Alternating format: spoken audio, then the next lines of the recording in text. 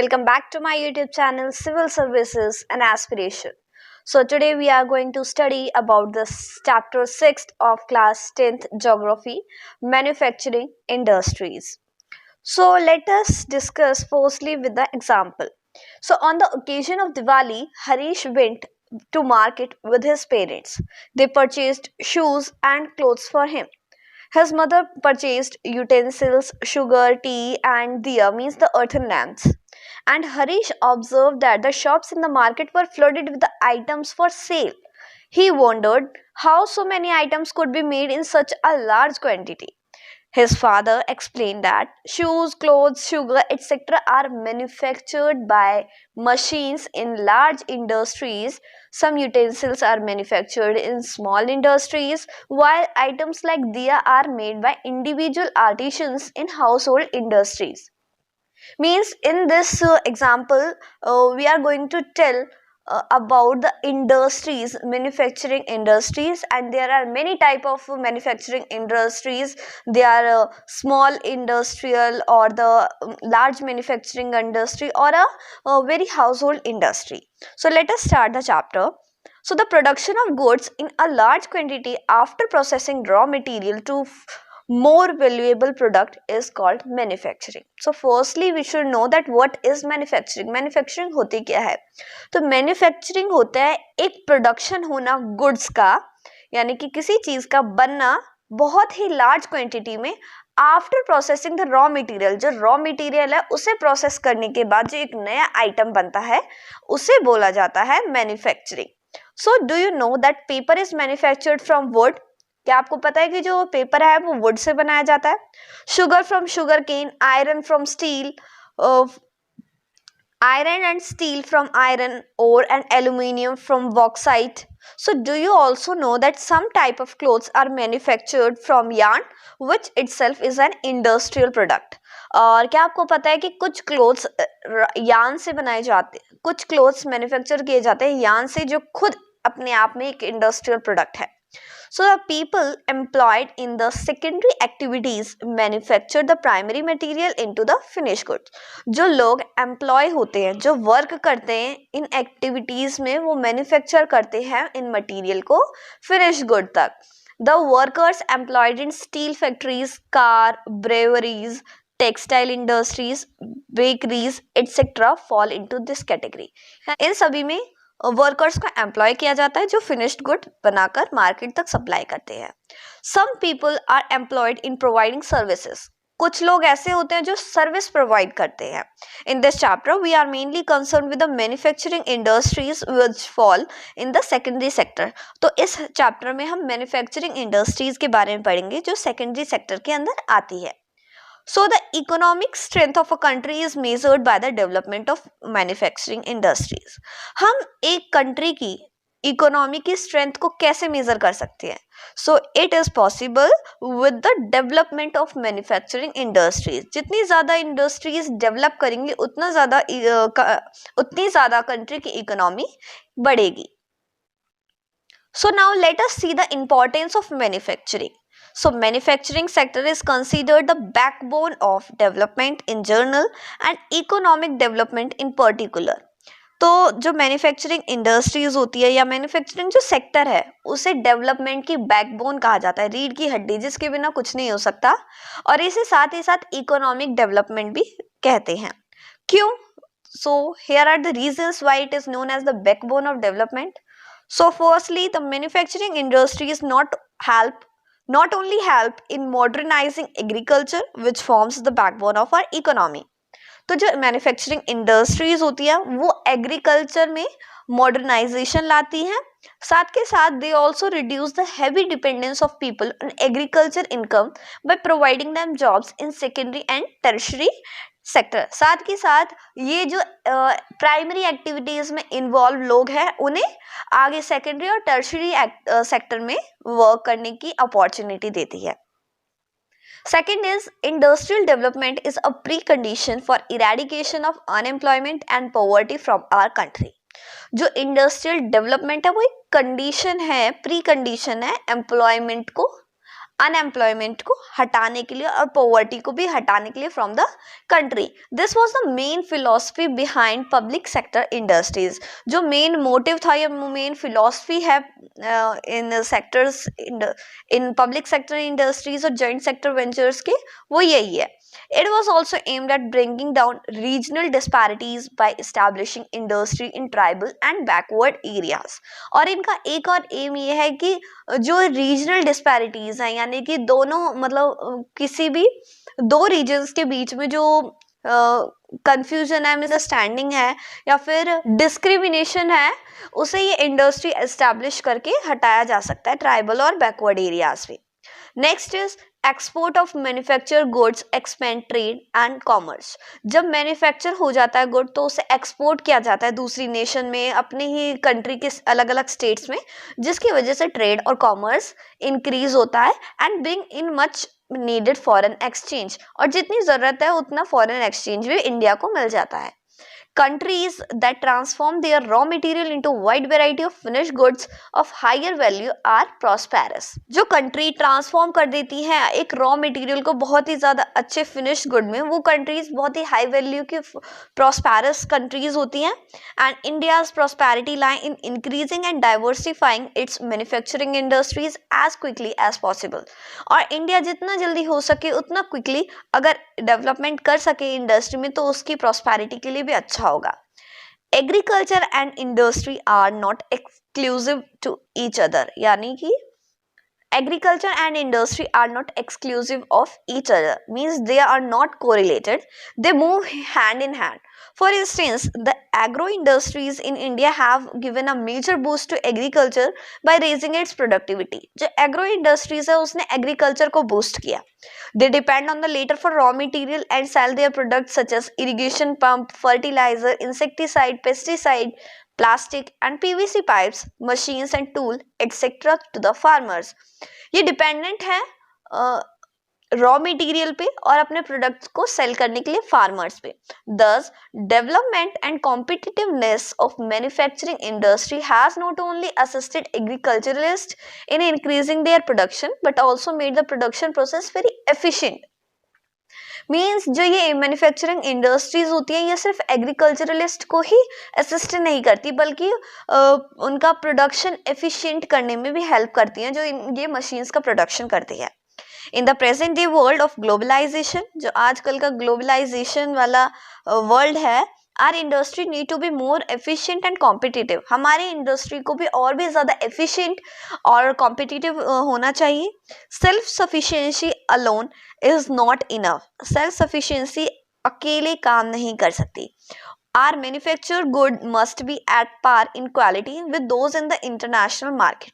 जो हमारे manufacture goods हैं उनकी क्वालिटी इतनी अच्छी है कि वो इंटरनेशनल मार्केट के लेवल को मैच कर सके।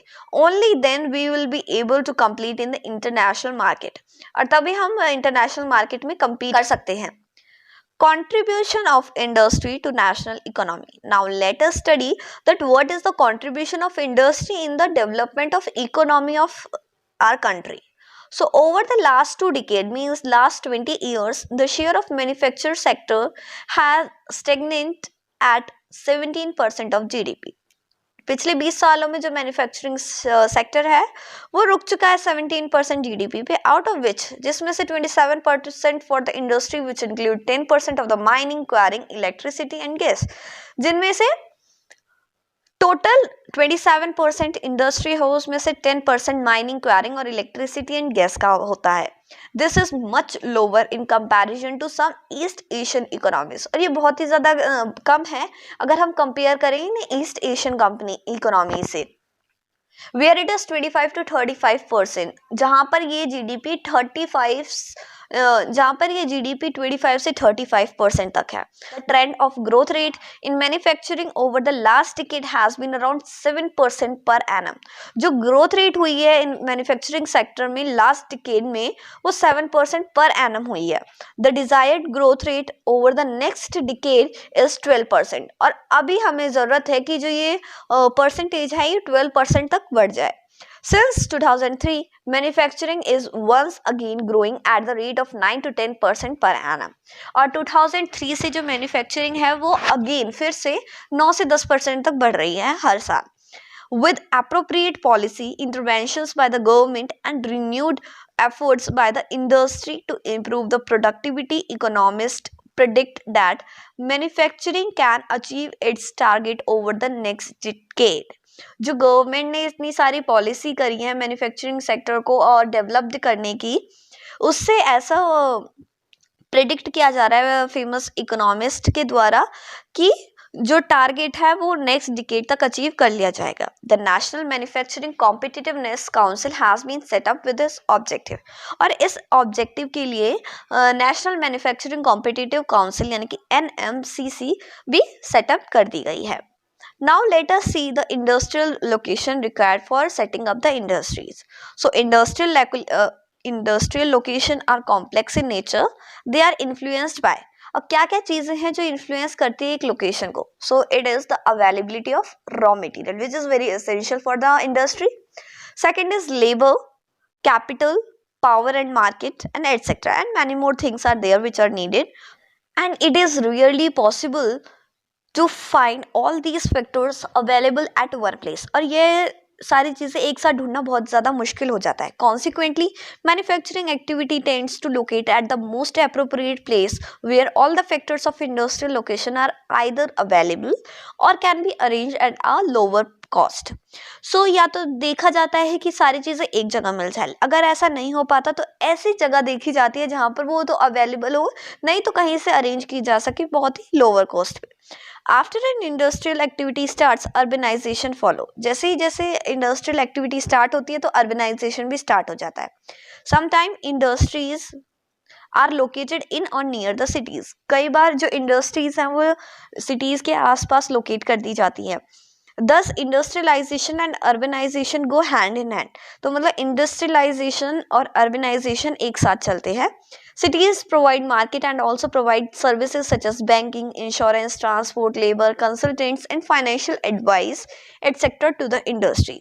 जो cities होती हैं वो मार्केट प्रोवाइड करती हैं, साथ के साथ बहुत सारी ऐसे सर्विसेज भी प्रोवाइड करती हैं which are essential for the industry. So many industries tend to come together to make use of the advantages offered by the urban center known as agglomeration economies. कुछ इंडस्ट्रीज होती हैं वो एक साथ आके एडवांटेज लेना चाहती हैं अर्बन सेंटर्स में सेटअप करने का, which is known as the agglomeration economies. So gradually a large industrial agglomeration takes place और धीरे धीरे ये बहुत ही बड़ा रूप ले लेती है. In the pre-independence period, means independence से पहले, most manufacturing units were located in place from the point of view of overseas trade such as Mumbai, Kolkata, Chennai, etc. Means independence से पहले मैन्युफैक्चरिंग जो इंडस्ट्रीज थी वो अपना export overseas trade के द्वारा करती थी. तो इसी वजह से जो लोकेशन होती थी इनकी वो ओवर द कॉस्ट होती थी, सच as Mumbai, Kolkata, Chennai etcetera. And consequently there emerge certain pockets of industrial developed urban centres surrounded by a huge agriculture rural hinterland. लेकिन धीरे धीरे बहुत सारी ऐसे पॉकेट्स बन गए इंडस्ट्रियल डेवलपमेंट की अर्बन सेंटर के आसपास, जिससे बहुत ही ज्यादा एग्रीकल्चर रूरल हिंटरलैंड था. The key to decision of the factory location is least cost. जो डिसीजन था फैक्ट्री लोकेशन का वो बहुत ही कम रेट पे होता है. Government policies and specialised labour also influence the location of industries. और इन सारी चीज़ों के साथ गवर्नमेंट की पॉलिसी और बहुत ही अच्छे लेबर होना भी इन्फ्लुएंस करता है इंडस्ट्री की लोकेशन के लिए. Now let's see the classification of industries. So list the various manufactured product you use in your daily life. आप ऐसे नाम बताइए, चीज़ों के सामान के नाम बताइए जो आप डेली लाइफ में यूज़ करते हैं, such as transistor, electric bulbs, vegetable oil, cement, glassware, petrol, matches, scooter, automobile, medicine and so on. Means there are many things, means almost everything we used in our daily life is formed by the raw material in the manufacturing industries. So if we classify the various industries based on a particular criterion, then we would be able to understand their manufacturing better. Means अगर हम इनका division कर दें, इनका classification कर दें products का, तो और भी आसान हो जाएगा समझना कि about the manufacturing. So industries may be classified as follows, means firstly on the basis of source of raw materials use, means क्या material use किया गया. So there are two types which are agro based and mineral based. Agro based means cotton, woolen, jute, silk, textile, rubber, sugar, tea, coffee and edible oils. These are known as agro based industries, which means the final product is made from these raw material. And second is mineral based, means the product made from iron and steel, cement, aluminium, machine tools and petrochemicals. Second is according to their main role, means उनका main role के हिसाब से. So basic और key industries are those which supply their product as raw material to manufacture other good. मीन्स ऐसी industry जो supply करती है अपने प्रोडक्ट को दूसरी इंडस्ट्रीज को as a raw material, means iron and steel, copper smelting, aluminium smelting. Another type of this is consumer industries, means that provide goods for direct use by the consumer, means उसे मतलब raw material को directly लोगों के पास जो consume के लिए भेज दिया जाता है, जैसे कि sugar, toothpaste, paper, swing machine, fence etcetera. Another is on the basis of capital investment. So on the basis of capital investment, it is a small scale industry is defined with reference to the maximum investment allowed on the assets of a unit. This limit is over a period of time. At present, the maximum investment allowed is rupees 1 crore. जो small industries हैं उनके अब investment बढ़ा दी गई है to 1 crore rupees. Another is on the basis of ownership. So there are 4 types on the basis of ownership. It is public sector, which is owned and operated by government agencies such as BHEL, SAIL, etc. Next is private sector industries, means which are owned and operated by individual or a group of individuals such as Tisco, Bajaj Auto Limited, Dabur Industries, etc. Next is joint sector industries, means which are jointly run by the state and individual or a group of individual, such as Oil India Limited is jointly owned by the public and private sector, means public का भी role हो और private sector भी included हो. Next is cooperative sector industries, which are owned and operated by the producers or supplier of raw material. जो supply करता है raw material को वही अगर industries खोल ले, the workers or both, means they pool in the resources and share their profit and losses proportionately. Such example are the sugar industry in Maharashtra, the coir industry in Kerala. means जो खुद produce करता है वही process करके आगे अगर भेज दे तो वो भी एक industry होती है, which is known as cooperative industries. Next is on the basis of bulk and weight of raw material and finished good. So there are 2 types, which are heavy industry and light industries. So heavy industries such as iron and steel, and light industries that use light raw material and produce light goods such as electrical goods industries. So this is all about the classification of industries we have studied. So there are mainly 5 type of classification of the industries. Now let us discuss one by one.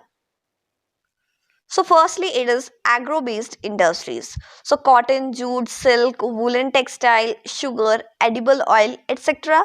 industries are based on agriculture raw material. वो industry जो agriculture raw material पर dependent होती हैं बिल्कुल, वो agro-based industries कहलाती हैं.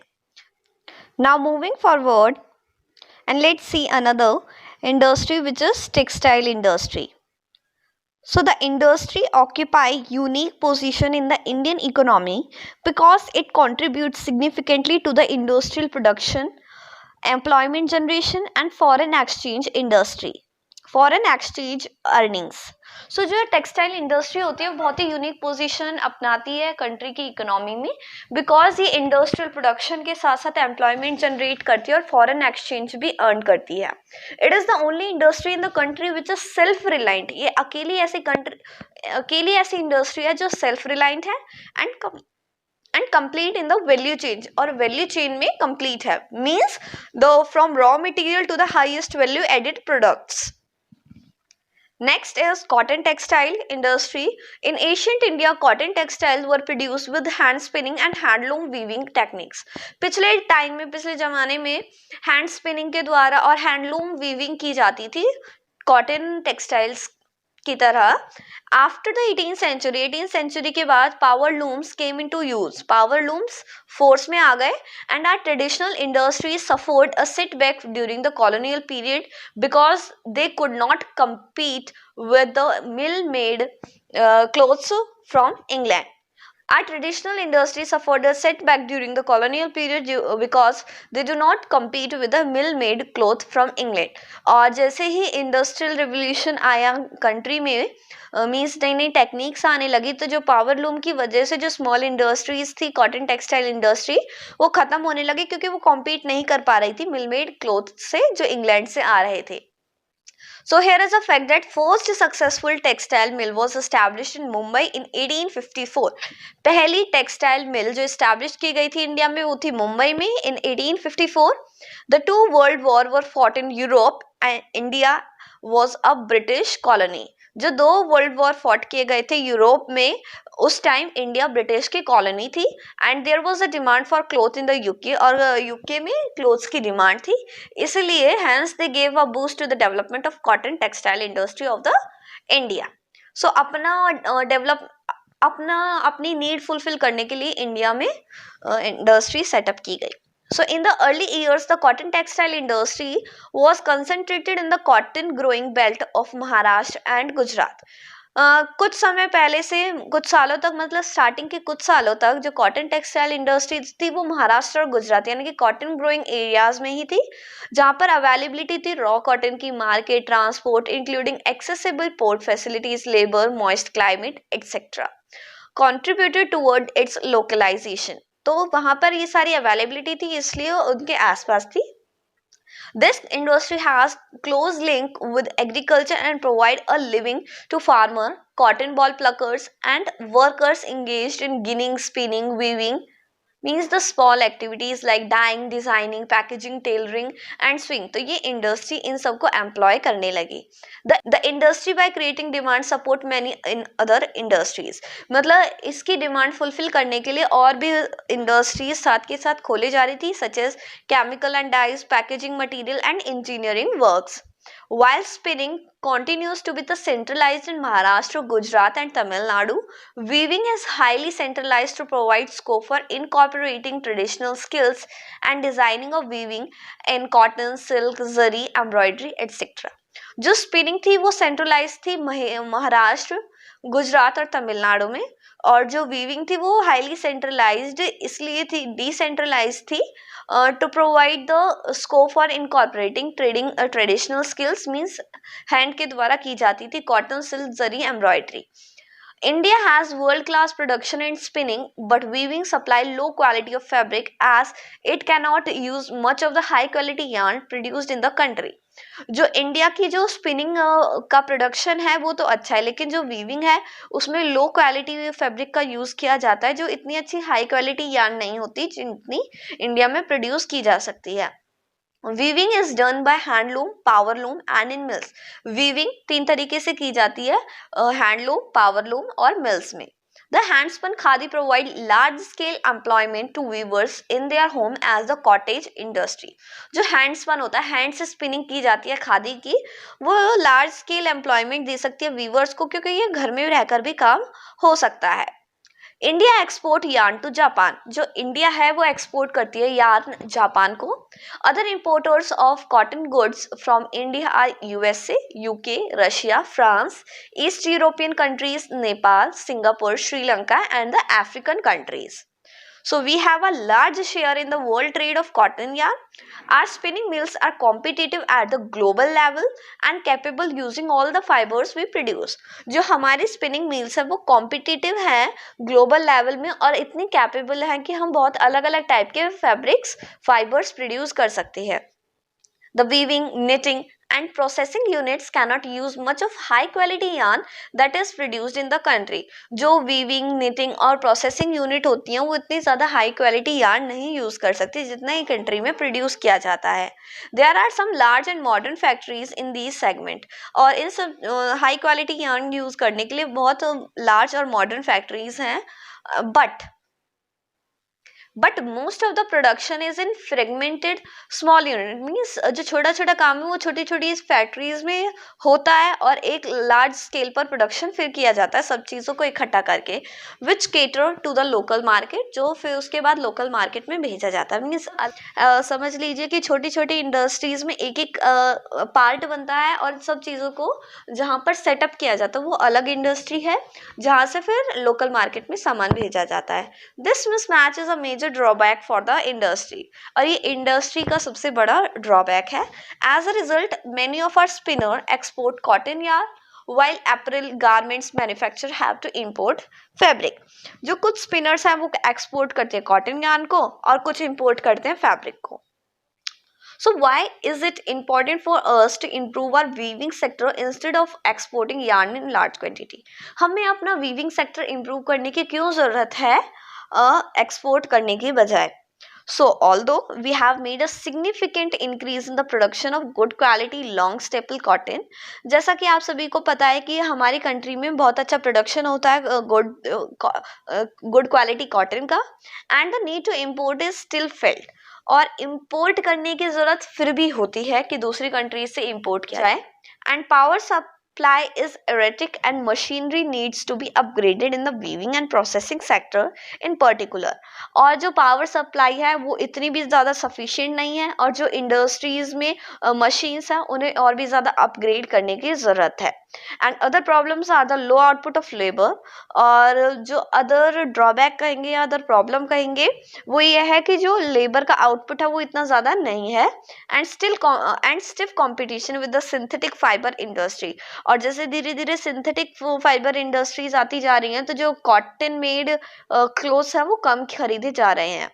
Next is jute textiles. So India is the largest producer of raw jute and jute goods and stands the second place as an exporter after Bangladesh.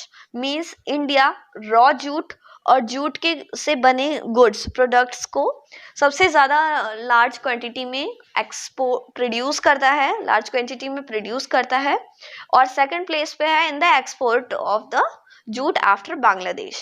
Most of the mills are located in West Bengal, mainly along the banks of Hooghly River in a narrow belt. हाँ, अंशु की भी बनानी है.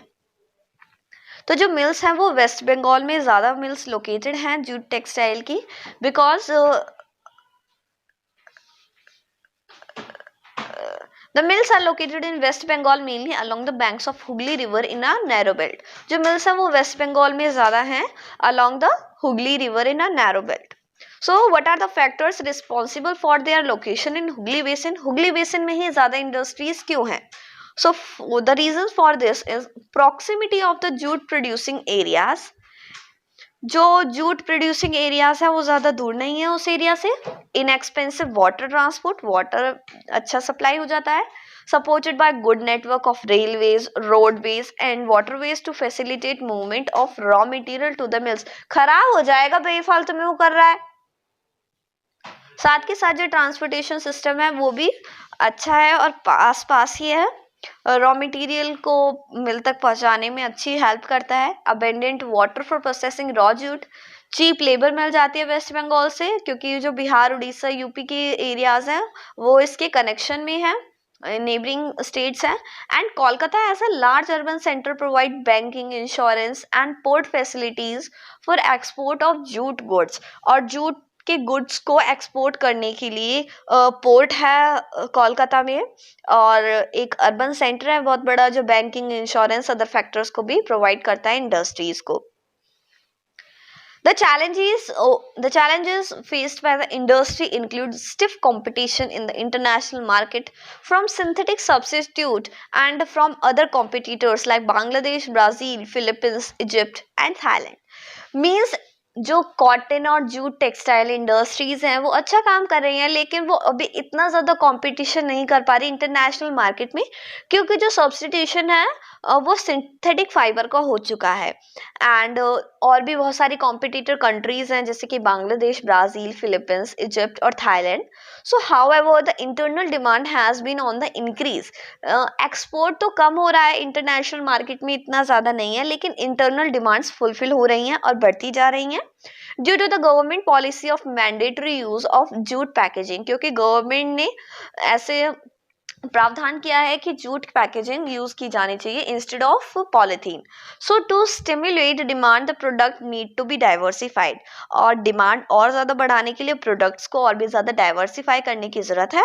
जो main markets हैं वो USA, Canada, घाना, Saudi Arabia, UK और Australia हैं। And the growing global concern for environment friendly biodegradable materials has once again opened the opportunity for jute product। और जो एक कंसर्न है globally of the eco friendly, environment friendly and biodegradable material, so it has once again opened the opportunity of the jute products।